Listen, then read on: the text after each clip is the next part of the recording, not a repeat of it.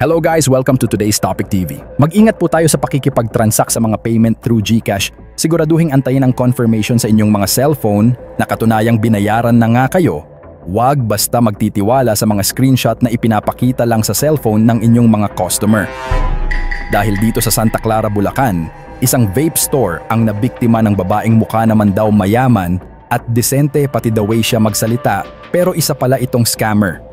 Dahil ang binili niyang items sa tindahan ay binayaran niya sa halagang 800 pesos through GCash.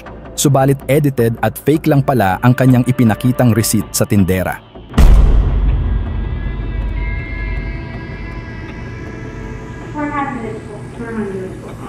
Meron yung ano natin? Version 1 na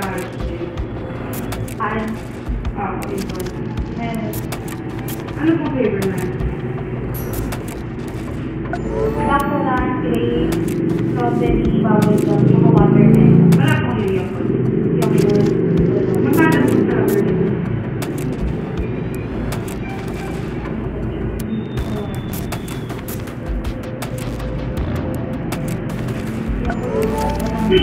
Magkano po yung version 400 po pa.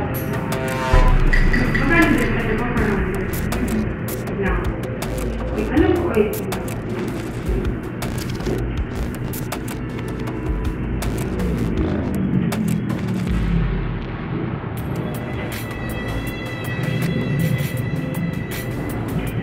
Ano po ulit yung ito yung Blackcurrant, raspberry, grape, strawberry.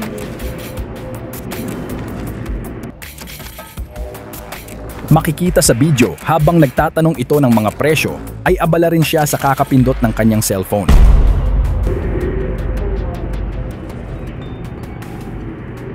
Kung gusto nyo po mag-eat, try nyo po yung bubble. may malamig din.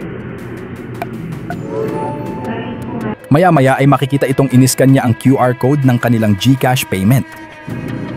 Hindi atin yung list naman. Ito po for my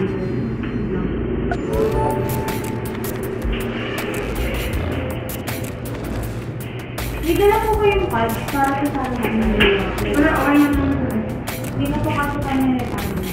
Ay, hindi po kayo. At nagpatuloy sa pagpindot ng kanyang cellphone. Dito na pala niya ini-edit ang kanyang fake payment receipt sa halagang 800 pesos .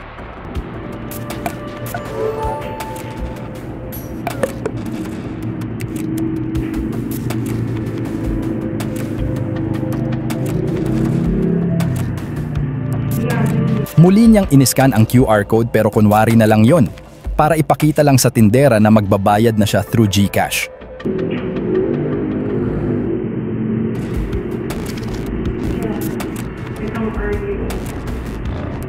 Maya-maya ay ipinakita na niya ito sa tindera na pinikturan naman niya. Subalit hindi na chinek ng tindera ang kanyang cellphone kung talaga bang pumasok ito sa kanilang account. Sino yung Meron ako kami lagi. yung yakot na Ano po? Iba po alam ko limited yung pakamali natin. Ang babaeng ito ay na-feature na rin sa ating mga previous videos na nagpanggap na isang tindera sa isang tindahan ng mga coat and gowns at nakatangay ng halagang 7K na ibinayad sa kanya ng customer na inakala siyang isang legit na tindera. Agad iniabot ang pera sa kanya na nagkakahalagang 7,000 pesos. Tinakpan niya ito ng order slip para di makita sa kamay niya ang ibinayad ng customer. At dito na nito sinamantala ang pagtakas niya. Dali-daling iniwanan nito ang kanyang customer tangay ang perang pambayad sana sa damit na kanilang in-order. Isa pang tindahan ang kanyang biniktima para magpanggap din bilang isang tindera sa isang mall at natangayan din niya ng malaking halaga ang customer na ito na inakalang siya ay isang tindera. 对伊个投资啊，佮看你是有偌个投资，较袂是头家啦，变那个投资啊，伊看我是真推，敢若伊个敢若真推，敢若投资等伊啊。Irin tayo yung mahira. Ha? Akala ko kasi kilala nila. Kilala nila. Di Sa panahon ngayon, hindi nasukatan ang itsura o anyo ng isang tao para masabing ito'y mapagkakatiwalaan.